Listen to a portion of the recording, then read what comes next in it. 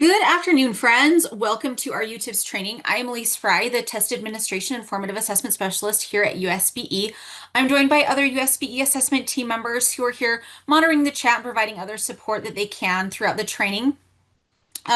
Know that Doug Wilson, our UTIPS developer, is also with us today. We also have Emily Ing, our support specialist, who is recording the training for me and will be posting it to our assessment YouTube channel in the coming days.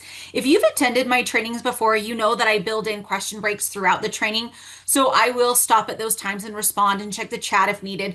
But know that you're welcome to drop a question into the chat at any time.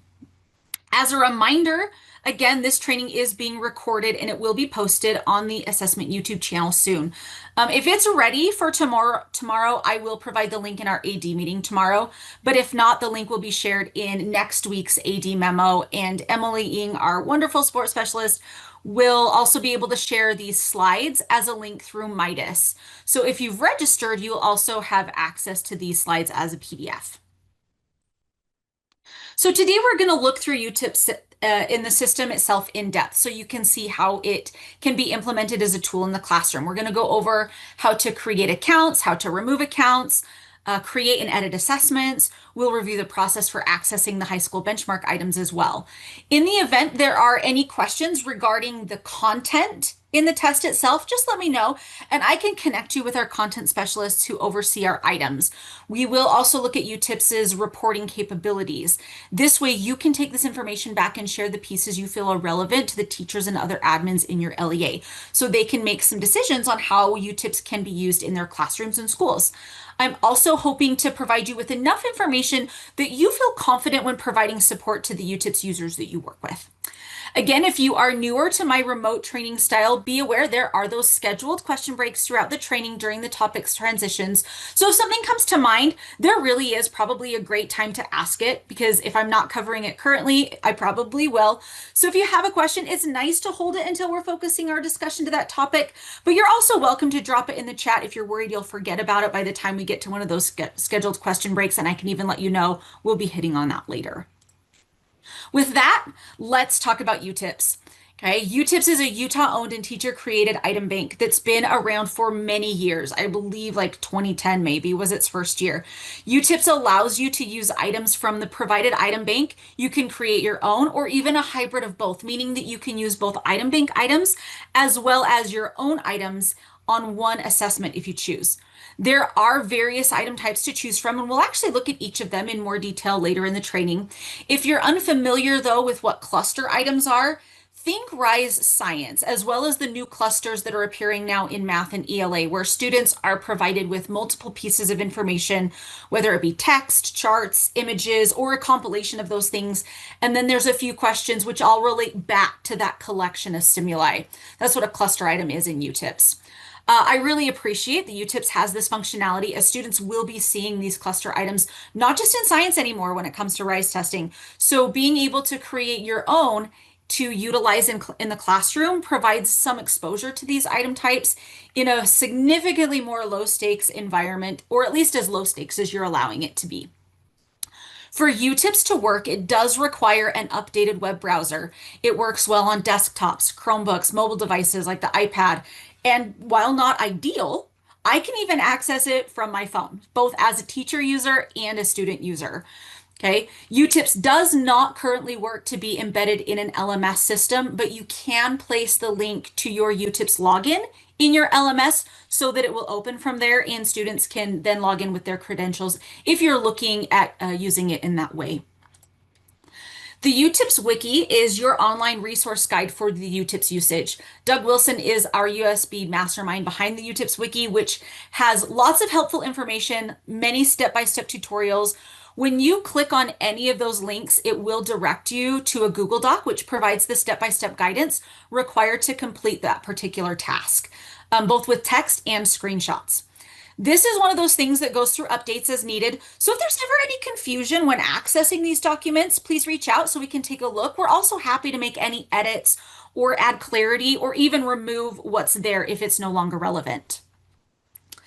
Once upon a time, teachers would need to add their courses and students to the UTIPS system. This is no longer the case and has not been the case for a number of years.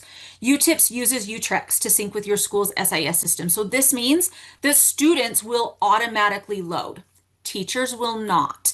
I will show you how to search for and add teachers in a bit, but I want to make it very clear to you that you do not add students to UTIPS. LEA and admin users hold that responsibility of keeping their teachers' accounts updated, but students load automatically. Okay, if you're expecting to see a student and don't, you are welcome to reach out to me and Maureen Rushing, our assessment data specialist, and we can investigate what might be happening. Even in the best of rostering circumstances, though, UTIPS tends to be unavailable for classroom use during the first 3 or so days of school. As well as the first 3 or so days after a new account is created, because that transfer of information does take some time. This also needs to be taken into account when there are semester or trimester courses that switch over. When there are no issues and there are no fatal errors occurring with your UTREX submission, those courses and students will appear if a teacher has an account.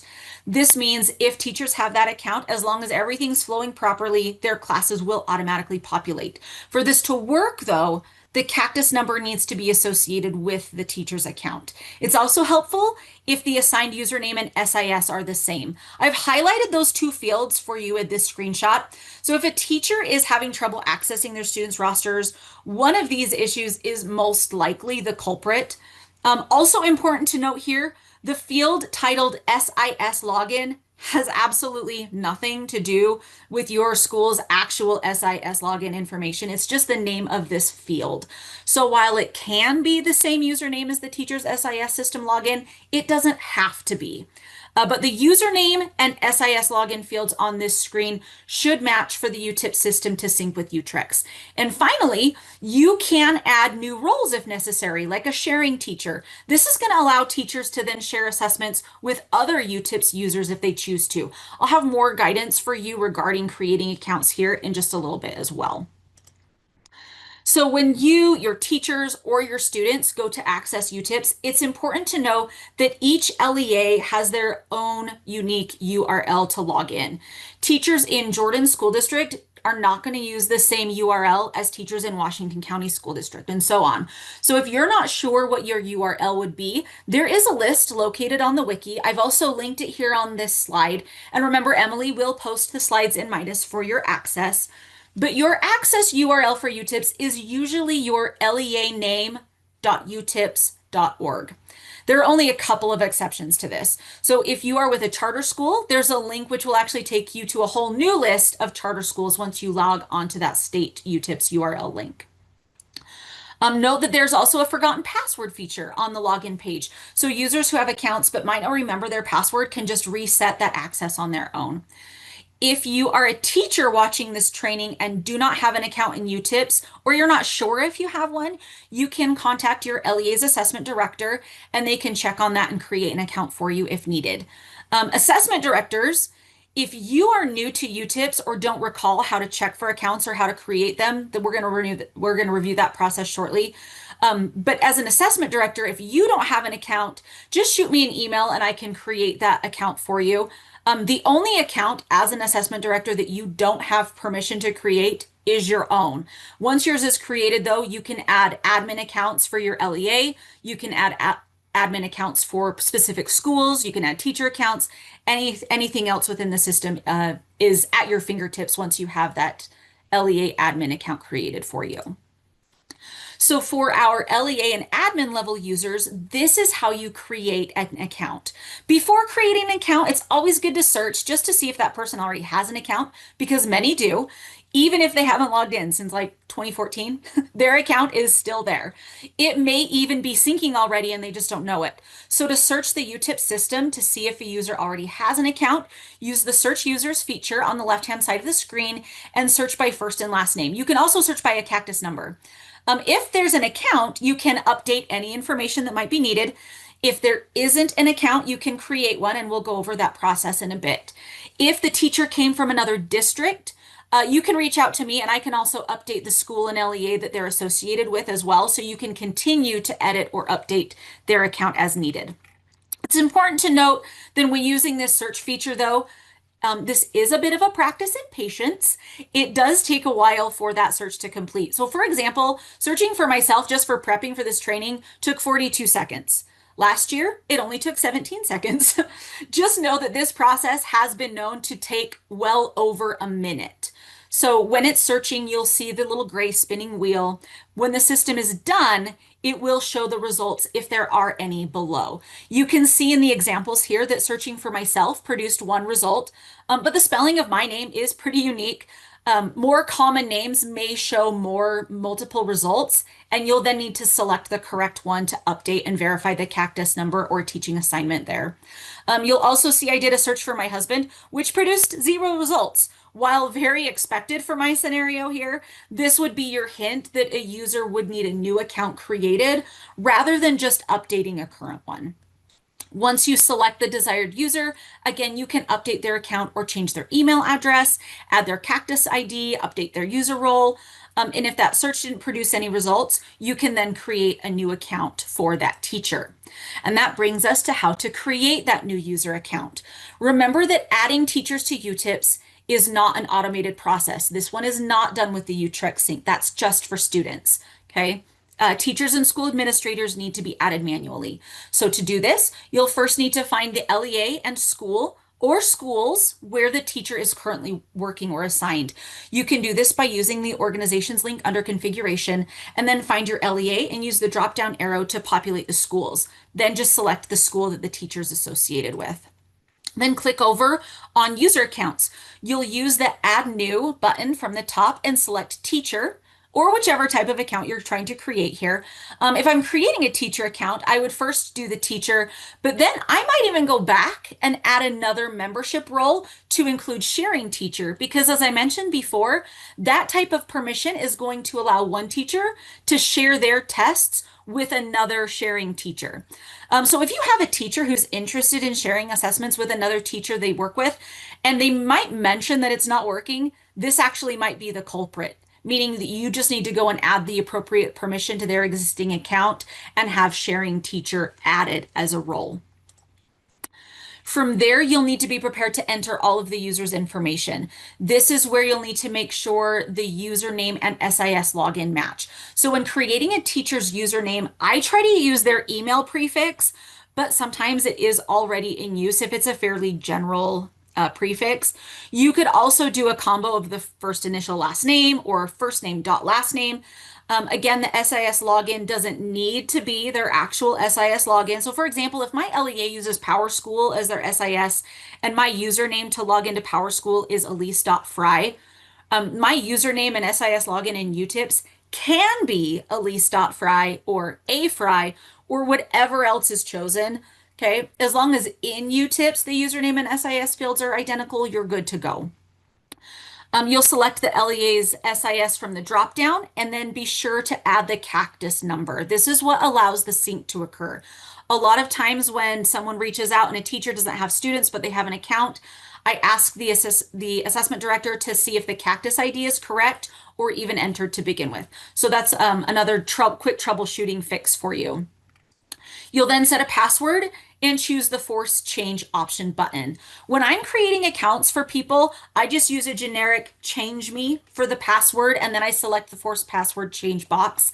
That way, I notify the user of their generic password, but they will then be prompted to change it to whatever they choose as soon as they log in with that generic password. If ever needed, there's also guidance on the wiki on how to change or update a user's password if you need to. After the password has been set, just enter the teacher's first and last name, then use the school email account and be sure to save once you've entered that information, okay? Now that first membership role is already assigned with teacher that I selected originally, but again, you can go in that and add more permissions like sharing teacher role with that grant new role button if needed. Another example besides sharing teacher would be if the teacher is associated with more than one school, you can add a teacher account for the second school as well. Just be sure to save all the changes that are applied because UTIPS has an interesting nuance which allows you to close or navigate away from pages without saving changes. It is not going to give you a prompting message like some websites or systems would that say something like, "Are you sure you want to close this application without any saving changes?" Um, that's not a functionality of UTIPS. So make sure that you are saving your changes as you go through.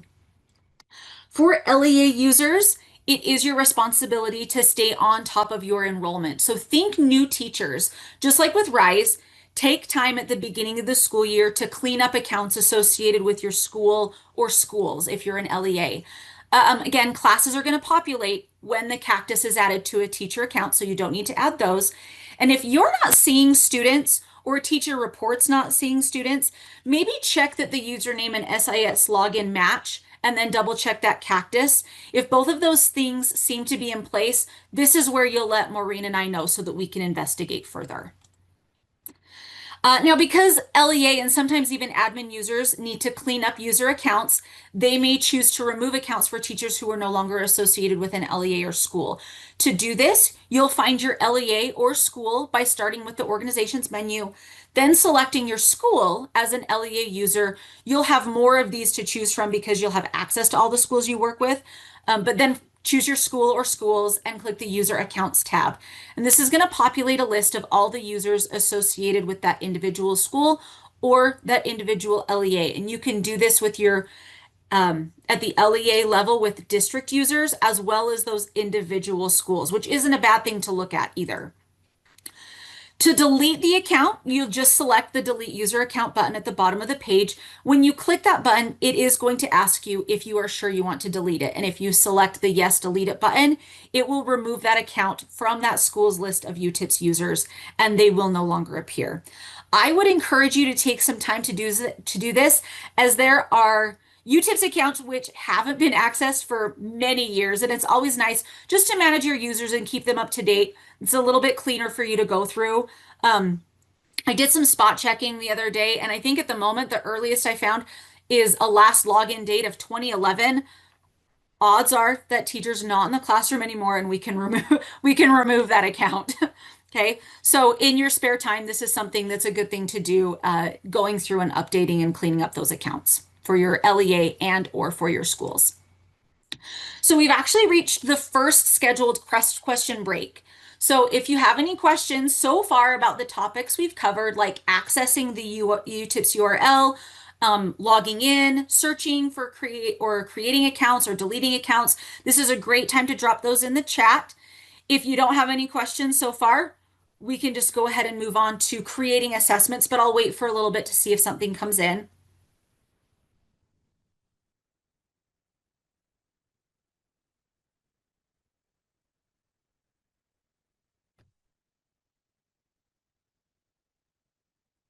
Since we're here, I will drop the URL link. Should be able to anyway.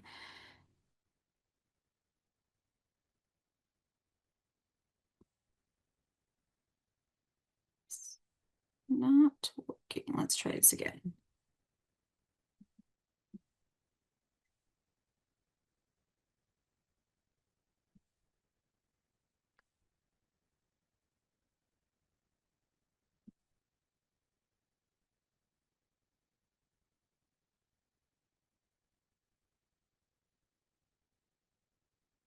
Check that and see if it's correct. I had to type it in. It wouldn't copy paste.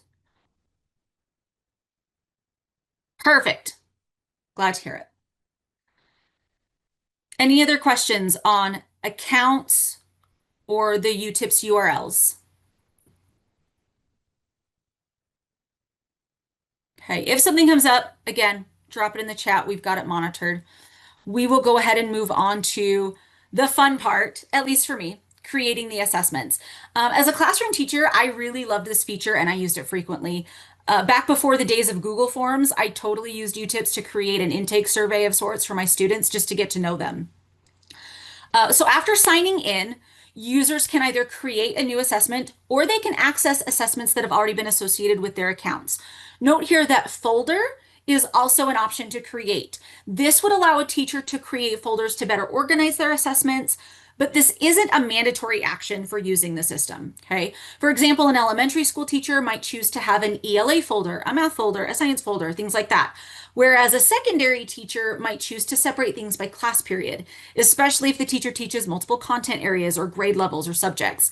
But if I'm creating a new assessment, when I select it, it is then going to take me to the test settings window where I can name the test and schedule its availability. This availability option allows you to restrict the availability of an assessment during specific dates and times.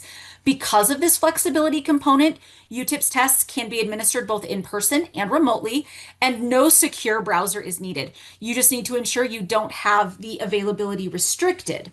Okay, then students can take them at home if necessary.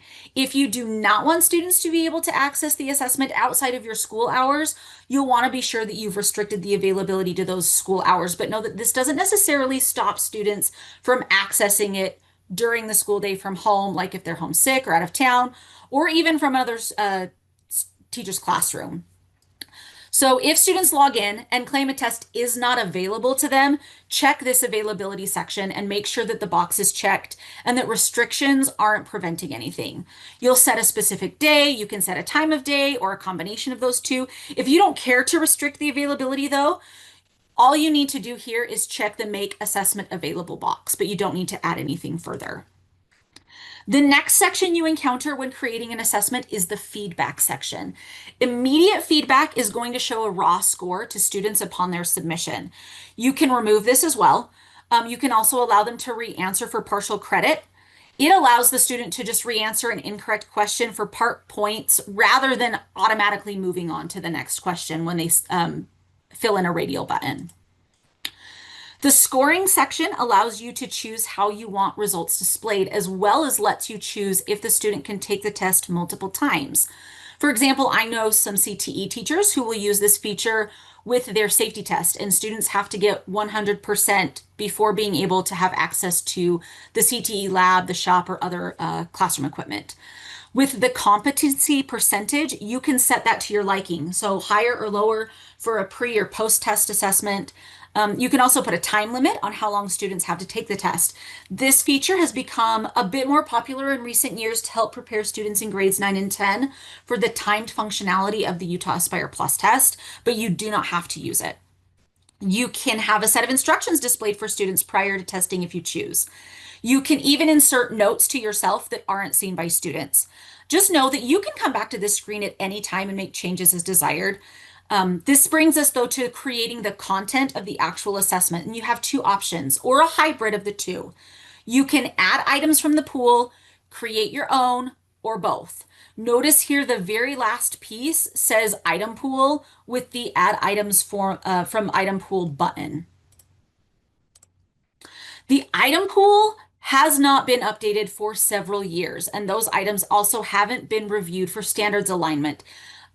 Also, there's no current plans to review or update those items already in the pool. So when using items from the pool, it is imperative that your teachers review the items that they're selecting to ensure that they are still connected to their current standards. Okay. There's also then the create your own option. With create your own, it tends to be a lot more popular just due to the variety of item types as well as the automated reporting feature. But we're going to go over how to utilize both of these and how to create your own. So if you choose to add items from the pool, this box is going to appear.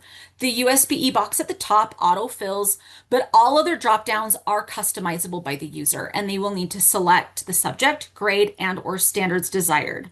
And again, remember, there are going to be items aligned to previous standards, so sometimes knowledge of previous standards is also helpful. Note the breakdown of my selection here. I wanted 15 questions from Domain 6 Geometry, but I can see that there are 86 items available. I just elected to select all items to be from Cluster 1, and then I was able to break down the number of items I wanted based on individual standards. Note that some standards are more heavily represented than others here. For example, Standard 1 has 42 items to choose from, but Standard 2 only has 1. The items added from the bank can then be reviewed under the Items tab. Teachers can then save their progress or edit as needed, meaning you can move the order of the items the way that they're delivered. You can even delete the questions you might not want, which were randomly selected from the bank. As always, though, the save button is the most important when making changes, as you can close this window without any warning and lose whatever you have added or created. A hint with that, though, the save button is going to appear grayscale, like results list, score distribution, items report, etc. here on this list. If changes have been saved or applied, it only appears full color when there are changes waiting to be saved. So I'd like to point out here that there is also a print button up by the add new. This is where you can print the test as a paper form at any time. When you select that print button, it is going to generate the printable view of the test. And you can change the zoom here, but it is the view only. It doesn't adjust the print font size or anything like that. You can see here that by changing the 100% to 50%, it just zoomed out. It's not going to change the number of items printed on the document per page. Selecting the print button again, that's actually going, that's next to that zoom drop down. It's going to generate your device's standard print screen. And you can see here with mine, I have the option to save it as a PDF, print the document itself, select the pages to print, as well as the layout. So like a portrait or landscape. I will say as a paver saving teacher, if I had to use this functionality, I would also check my advanced settings on my device and maybe print multiple pages per sheet. Okay, like this, just so that it appears on the page, but you'd have to become more familiar with your individual device settings here because this isn't functionality of UTIPS, it's the functionality of the device that you are using. Okay. Are there any questions about the initial creation of the assessment or how to use the item pool if desired or printing a paper copy? Just so you know, our next section of slides is showing you how to create your own items. So if your questions are lying there, we're moving into that section next, but want to stop here and see if we have questions on creating from an item pool or even printing.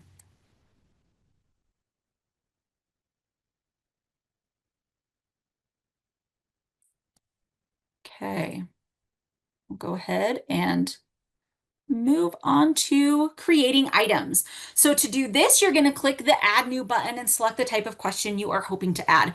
Note the various item types that are available to you, as well as the grayscale items which are not available to you. Okay, we're going to look at an example of each of those item types. The single select multiple choice is the most popular. It's the easiest to check. It's very common. Teachers can add their question as well as desired answered options, and then the student clicks the bubble to make their selection. This is very straightforward, standard multiple choice style question.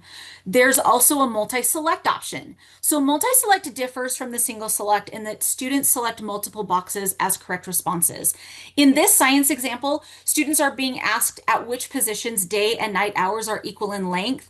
So note that instead of bubbles or radial buttons, there are boxes. That's actually a big fat hint to students that it is a multi-select question and they should be selecting more than one box as their desired response to the question. Another element I want to draw your attention to on this question is the check my answer button. This question is taken from a pre-test where the teacher had elected to allow students to make another selection for partial credit. So do you remember when I mentioned to you how you could elect to allow students to respond to questions multiple times? This is what it looks like when you select that in your setup. So by clicking that box, the student will see if their answers are correct or incorrect, and they can then respond a second or even a third time. Matching questions will use a drop down to pick answers which best match item stimulus. This question is asking students to match the decades in the drop down to the fashion fad listed on the left. The choose answer text serves as a prompt for students to then click, and then the options to choose from will be revealed once they click that drop down. The next type is short answer, fill in the blank. This example for this question type asks students to solve a percent problem. So John has 4 out of 5 problems right on a test. What was his percent correct? When I set this question up and others like that, I need to be very aware to list as many correct answers as I can think of so that the system will score it properly. So you can see here, I've added multiple ways to write 80% in an effort to catch all forms that my students may put in, but know if there's a spelling mistake or other minor discrepancy, like an additional space from the space bar, the system's not going to mark it correct. Okay. And then there's even more creative responses that you may have to add. So this example actually came from an assessment that I used once upon a time as a math teacher.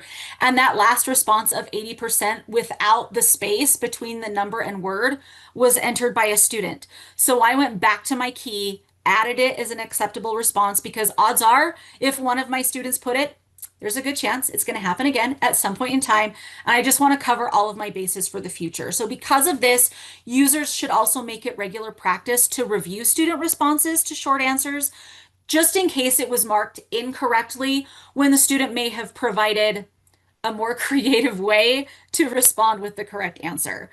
It's also important to note here that when you use short answer questions, the system isn't going to go back and regrade the test if you update your key. You're responsible for keeping the key current. So tests graded after that update are going to reflect any changes you made to your key, but any of the tests graded prior to that update to the key are not. Okay. The next option is the open response essay. These don't count in the initial scoring. You do have to go through and manually score them. And because of that, I would kind of put a little plug here in for Utah Compose because it does allow for immediate scoring. But if you do choose to use this option, students are presented with a text box to enter their response, and you'll need to review each response individually. And we're going to go over that process once we get to the reporting portion of the training. These next two options have a file upload component. Again, these responses will need to be reviewed upon submission by the teacher for individual scoring. When students answer these, they'll be provided with a text box, but also the option to upload a file. So computer or drive files that can be uploaded as the answers or to provide more evidence for the answer. Like the essay question, we'll go over that process once we get to the reporting portion, but I wanted to draw your attention to this little PNG file that I've uploaded here. You'll notice that the question asks, if you plot those points on a coordinate plane, what shape is formed? And then ask the student to explain their answer and support it with evidence. Just at a quick glance, since there are 4 points, I might be thinking it needs to be a quadrilateral of some form, but the student has said that the 4 points form a triangle. And the student has explained that one of the points appears to be plotted on the side of a triangle rather than as one of its vertices. And then that little named PNG file that says triangle evidence to upload, when I click on that in reporting, it is going to show the evidence and how the student determined the shape was in fact a triangle, not a quadrilateral. And I'll show you how to do that when we get to that reporting piece, but wanted you to be able to see that this is what it looks like on the student's side when they go to do that, use that functionality. The final option for question creation is the cluster style question or group. This is very popular, again, especially in science, but we are seeing it more in other content areas as well. These questions are where multiple pieces of information or stimuli are presented, and then multiple questions can relate back to all of that provided stimuli. So here you can see the first 3 steps to create these cluster style group questions. Step 1, you fill that top box with all the information you want provided to students for answering the questions. You can upload media, hyperlinks, you can add images, you can add any accompanying text as needed, okay? I'll show you a little bit of that in more detail in the next slide. But below that, you'll see numbers 2 and 3 are where you can add the questions, which should be related to all of the STEM provided above. All of the varied question options that we've looked at prior become available choices for you to go with that cluster item. So you can see here that I've selected a multiple select choice here, as well as a matching for these 2 visual questions. You can provide as many questions as you'd like to go along with your provided stimulus. So when you go to add any media, think like a JPEG, you'll click in the empty text box, type any accompanying text, and then you can select the Upload Media button, which appears in the toolbar. You'll select the desired media. Here you can see I've selected various stock images. If you end up not liking how something appears, you can delete it by using the backspace or delete button on your keyboard, just like you would when removing text. Little quirk here though, the media icon option only appears once the cursor has been placed in the text box field. So this means those buttons on top are going to end at the function of X icon until you've clicked in the box, and then the upload media magically appears. If you ever need to add any hyperlinks to websites or online documents, which students should reference, just like with an email or a Word document, you'll highlight the text and copy the URL into the box and then just select OK. So now we're actually going to look at how to edit items on a test. And I'm going to pull up a test I have on my account and do a live demo for you on how to edit. First, we're going to look at the question one. So I'm going to close my slides and bring up UTIPS. Here we go. I'm going to bring this one down. Okay, so with this, in my very first question here, you can see what's the best estimate for the volume of this triangular prism. Now, if you're a math person, you're looking at this going, this question doesn't make sense. And that's because this is not a triangular prism. It is a rectangular prism. So what I can do is just click in my little box here and type over triangular to edit the item. Okay. Super easy to make a mistake and then fix it. I can also edit any of my answer items if need be. I can change my answer or add additional answers by clicking the little check boxes. Super, super simple. I can also change the answer again by selecting another box, deleting it entirely with the little garbage can if I want to just remove it completely, or add another option. So it's really easy to come in and edit any questions that you'd like. You're not messing anything up. It's only editing it on your specific test. Okay. The other thing that I noticed right away with this particular assessment is that I used the item from an item pool option to create this assessment, and questions 2 and 3 are nearly identical.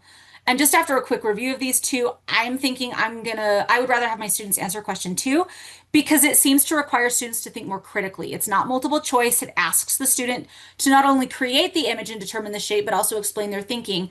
So I'm just going to go ahead and delete the question completely so that it no longer appears.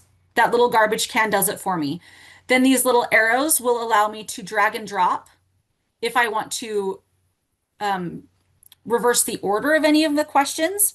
I also want to draw your attention to the right-hand side over here where you can see which content standards an item is already currently linked to. Again, though, if they're old standards, you're going to have to take that with a grain of salt. Make sure it connects to your current standards as well.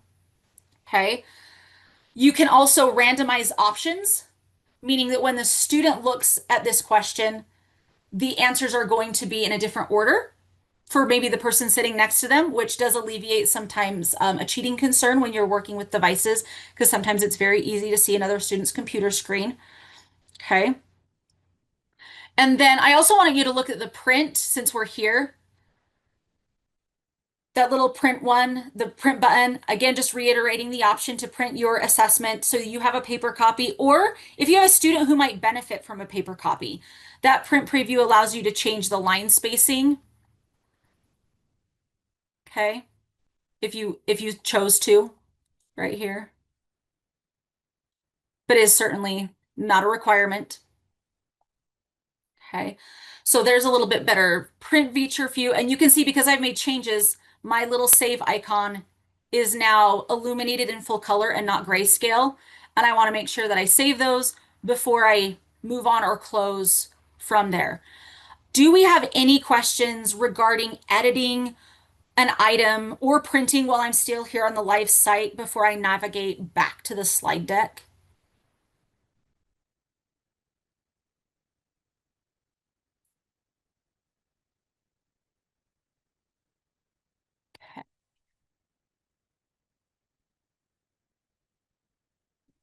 This friend back.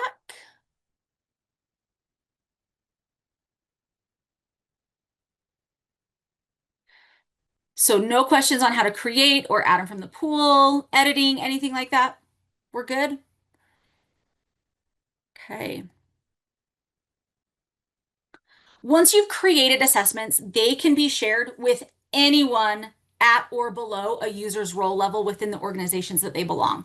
However, this can be shared, they can be shared between buildings in an LEA if you as the assessment director or an LEA user facilitates the sharing. So just know sharing within a building is a lot easier than sharing between buildings, but it is possible. Okay. So if you have teachers who are eager to share, listen up, because you'll need to be able to be sure that you complete these steps as that LEA user. So to start, you're going to find the organization's link on the left navigations list and then select your LEA and school. Next, you'll name the new group. So for example, like fifth grade Alpine teachers or Math 6 teachers, anything like that, the group that's going to be sharing, and then save it. Then you'll select that new group from the Edit Org section and go to the Enrollment Codes tab. By creating a new teacher code, teachers can then share tests in that new group by entering this enrollment code in their settings. If you don't do this, teachers can't share. Okay. And as the LEA user, you kind of need to make a judgment call if this is functionality that you want to be able to provide for teacher users in your buildings. Also note that users need to have the sharing teacher role associated with their account to share assessments. So this process of adding an enrollment code is also how the high school benchmarks can be accessed. So we're going to look at that next.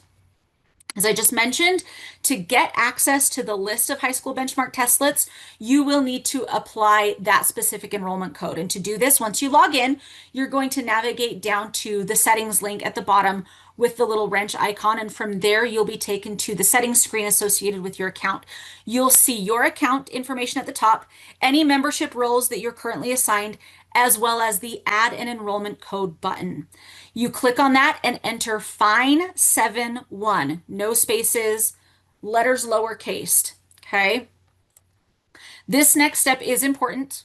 You have to log out of UTIPS for that change to take effect and then log back in. There's even a little reminder that will pop up as a prompt for you. So it's not going to just automatically populate there for you. Once you log back in, though, you should see a new item under your shared assessments titled HS Benchmarks. Or if you're the assessment director facilitating a sharing group, that will also show here under the shared assessment section. You can then access the benchmarks by clicking on that link and then opening the folder by clicking the expansion arrow caret. When I click on that little arrow, the content folder populates my screen and I can then select my desired content folder. Today I've gone with biology, and then that folder is going to open to reveal all of the benchmark options for me. And you can review these by clicking the test itself and then reviewing the items even.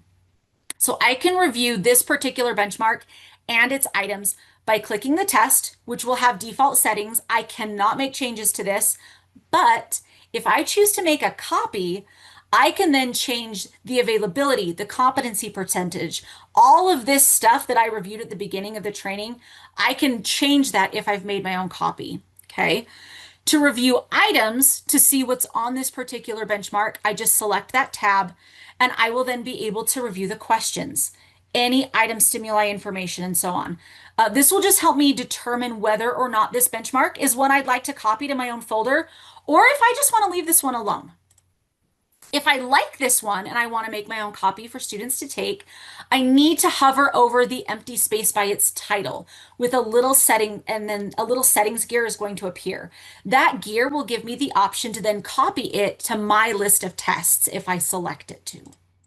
When I navigate back to my tests, I can then use that benchmark in its entirety, or something only made possible by the transition to UTIPS from Pearson Access Next, I can edit this to make it better meet the needs of my students by removing a question, changing the name of the test itself so it makes more sense to me and my students, and things like that.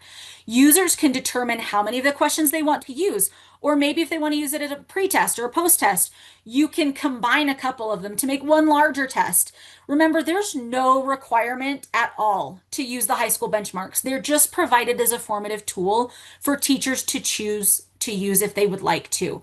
However, with that caveat, please know they are not transferable to other platforms like Mastery Connect or Schoology. If they're going to be used, they need to be used within our UTIP system. So back to sharing capabilities. If you are looking to share assessments on a smaller scale with teachers in the same building, you can give other educators your work with copies of tests you create To do that, once a user logs in, they just select the test that they want to share, and then the test's overview pane will automatically fill the right space of your screen, and you'll then just need to select the sharing tab. You'll then select the blue plus add option next to the teachers that you wish to share the assessment with. When you add those sharing teachers, you can also control the level at which you share. So maybe you have a colleague who needs editing capabilities as well as the ability to copy the assessment. Maybe there's another, like a learning coach, who's really only interested in the data. After making any changes, though, again, just be sure to save them when it comes to those sharing permissions. Someone who can edit items means that you and the shared teacher are using the same test. So any changes they make are going to reflect on your original version. So you can see here that I've allowed Doug Wilson that permission, but not Monica Lewis. Okay.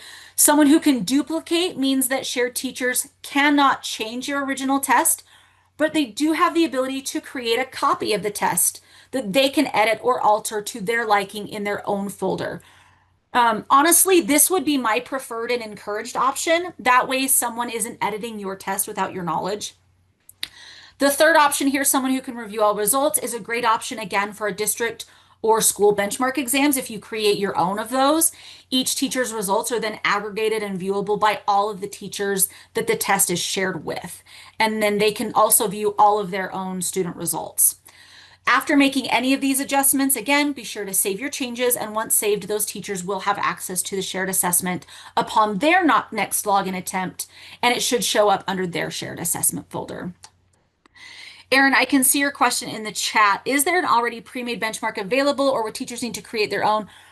So when it comes to the high school benchmarks, the folder that I shared previously are ones that are previously created with, they were actually the ones that were housed in Pearson Access Next a couple of years ago when we still used Pearson Access Next for the delivery of the Utah Aspire Plus test. When we transitioned from Pearson Access Next to UTIPS, those tests were then transitioned to the UTIPS platform for benchmark use. And teachers are allowed to use them if they choose to. There's no requirement to do so, but they can also create their own, or they can hybrid and use some of those benchmark items on their own that they create within the UTIP system. Does that help answer your question? Awesome. So once you have a test ready, whether it be a shared one or one you originally created, you'll need to assign it to your students or courses. First, you'll select the test you want to give. Then you'll go down to the participants tab. This appears right below the items where we added items and created our own. And if you remember from the beginning of this training, overview is where we named the test, decided how we want it scored, when we wanted it available, all that good stuff. Okay. A new window is then going to form on the right-hand side, and it's going to populate with all the students or courses that you have permissions to add as participants for your assessment. You can then add any teachers or students you're associated with to take that test. And by clicking the add link, a list of students are going to populate. So then you can even select a certain selection of students or all students. Note those gray expansion triangles, as you may need to use them to see which participants are available. When students have logged into UTIPS, they'll actually see a folder with your class name. When they select that folder, they'll see any tests you've added them as participants to, which are currently available. So then you can add yourself if you'd like to be able to demonstrate the system even to students if you want to do that. When it comes for students to access your assessment, they will log in using your LEA's UTIPS URL. We addressed how to find this earlier. Remember, it's generally your LEA or charter at utips.org. The student's username is their SSID. As a point of clarification here, SSID means statewide student ID. This is not necessarily your LEA student number. Those are generally two separate numbers, okay? The student password is their last name with the first letter capitalized. This can get a little tricky with hyphenated names. If you have students with multiple last names, you will capitalize the first letter of the first last name, include the hyphen, and then the second last name becomes all lowercase. Okay. If students don't know their SSID, teachers can look up the SSID by going to the organization, finding their course, and then going down to their list of accounts. It will show the SSID next to the student's name. It's highlighted yellow here in this screenshot. A lot of your SIS systems also provide SSIDs in a location for you to find as well, though. Are there any questions about these topics that we've discovered? The sharing, how to access high school benchmarks. I did put that enrollment code here as a reminder for you if you're interested in accessing those. It is fine71, all lowercase, or even assigning student participants.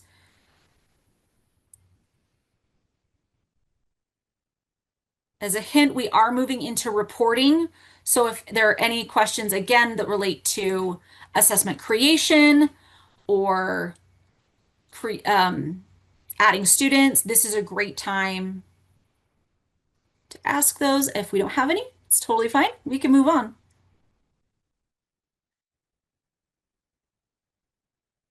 Hey. So now that we've created tests and assigned tests, we're going to look at reporting.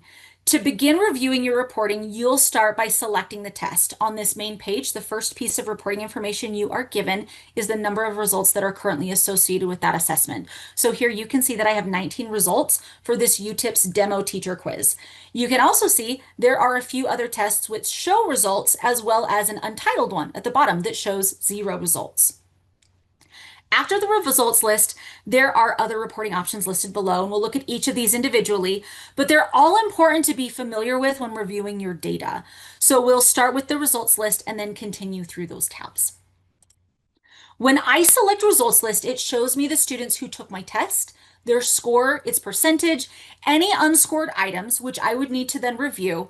And then we're going to look at a couple of those in a minute. I can also see when the test was taken. And finally, my very favorite feature, how long it took to complete the assessment. Because as a teacher, this last component is incredibly valuable to know whether the student completed the test in 2 minutes or 27 minutes. I can also drill down to an individual student and their responses by clicking the individual name. When I click that student, their individual responses to each question will pop up. We are going to look here at Joyce Hall. We can see she received 7 out of 10 or 70% on this particular assessment. Those gray triangles are expandable drop downs to better view the question in its entirety. I may want to look at question 2 because I can see from the response that it's pink or incorrect. Okay, and I want to know which question this was, as well as how she answered it. By clicking the drop down, I can see the whole question, all responses, as well as how Joyce answered. If after reviewing this, I feel like Joyce deserved credit or even partial credit for this question, I can override that 0 by clicking on it, deleting the 0, and replacing it with a 1 or a 0.5 or a 0.25. If I do this, the grayed out save button is going to become full color again, and I need to remember to click it before closing Joyce's test. And then next to that save button, you can also print if you want to print Joyce's responses as a paper form. This is the print preview of Joyce's test. You can see the top. It says results for Joyce Hall on Math 6, ratios and proportions, followed by each question, and her selected answers are circled. This particular assessment is going to print on 3 separate pages just due to its length. And based on your computer's printer settings, you may be able to change the layout from portrait to landscape. You can possibly even print multiple pages. But again, though, that's really more dependent on your device than it is on the UTIPS functionality. Back on that main results list, you can also see those essay or short answer questions showing next to the number 2 as unscored items, as well as the option to export this information to a CSV or TSV file if desired. Another feature I can do from this page is delete a student test attempt. It's slightly blocked by my A and arrow, but if you look to the left of Dan Demo, you can see a tiny garbage can appears. If I click that garbage can, it's going to remove that attempt entirely. It's going to delete the student's name there as well as their responses. So you may choose to do this if a student transfers out of your class, or if the student was issued a retake opportunity and you only want the most recent attempt to appear in your data. All right, so when it comes to those unscored items, you'll select the student's test you wish to check, and you'll need to do each student individually. But once you're finished checking those unscored items, the student will appear like the first 3 here with that unscored column left blank. So when I click this unscored item next to Stan Sample, the student's individual response screen is going to pop up. Any items which require you to score manually are going to have a blue show hyperlink in their response column. Just click it and then more detail is going to appear. And I can see that the question asks the student to plot the connected points, name the shape, and explain their thinking. Remember this question from the beginning when I told you that we could then view what the student submitted. This is what it looks like. I can also see in the expanded box below the question, the student's written response. The 4 points form a triangle, but one of the points, -20, appears on one of the sides rather than the vertex, as well as the image the student uploaded to provide evidence for their explanation. Now that I've reviewed the content, I can go to the score column and put the points in. Up to this point, the save button has been grayed out because no changes have been made. But once I put that score in, the save button by the number 5 is going to go full color so that I can then select it. Now, at the very beginning, when we were looking at the overview tab for test creation, I mentioned there was an option to allow students to re-answer a question for partial credit. When we allow a student to re-answer, the point value is going to decrease with each attempt. So you can see here that Debbie Demo has a 2.5. As a teacher, I want to go look at that and see where she received partial credit. Because did she receive partial credit on one question? Or was it something else? I may even want to go look at Sally's sample to see if she really got one question correct and missed 4 others, or did she maybe get partial credit on the second attempt for 2 questions, but missed 3 others? So those are some contingencies that you kind of want to think about with your scores, not just looking for a proficiency based on a raw score, but if you used that option to re-answer, scores are going to be skewed a little based on depending on how the student responded. Okay. With the score distribution tab, it is going to show you the competency data that you previously set in the overview. So for this particular assessment, the competency threshold was set at 70%. So this is going to show me exactly which students fall into each of these 3 categories. You can see here in the color block key on the right, achieved competency within 5% as well as below. For this illustration, I can choose to click on the yellow bar. Because of that, below my bar graph, I now see a list of students who make up this within 5% of competency grouping.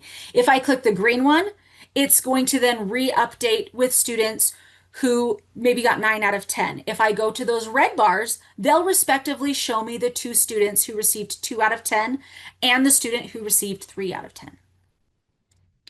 The item report tab allows me to see individual data for each question.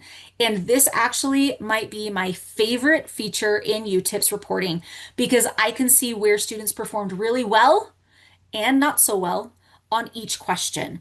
I can see that, for example, for here, when I click on question 6, it's one of my best answered questions and I can see who needs reteaching on this particular concept. So I can see Frank Ford was the only student to miss this question.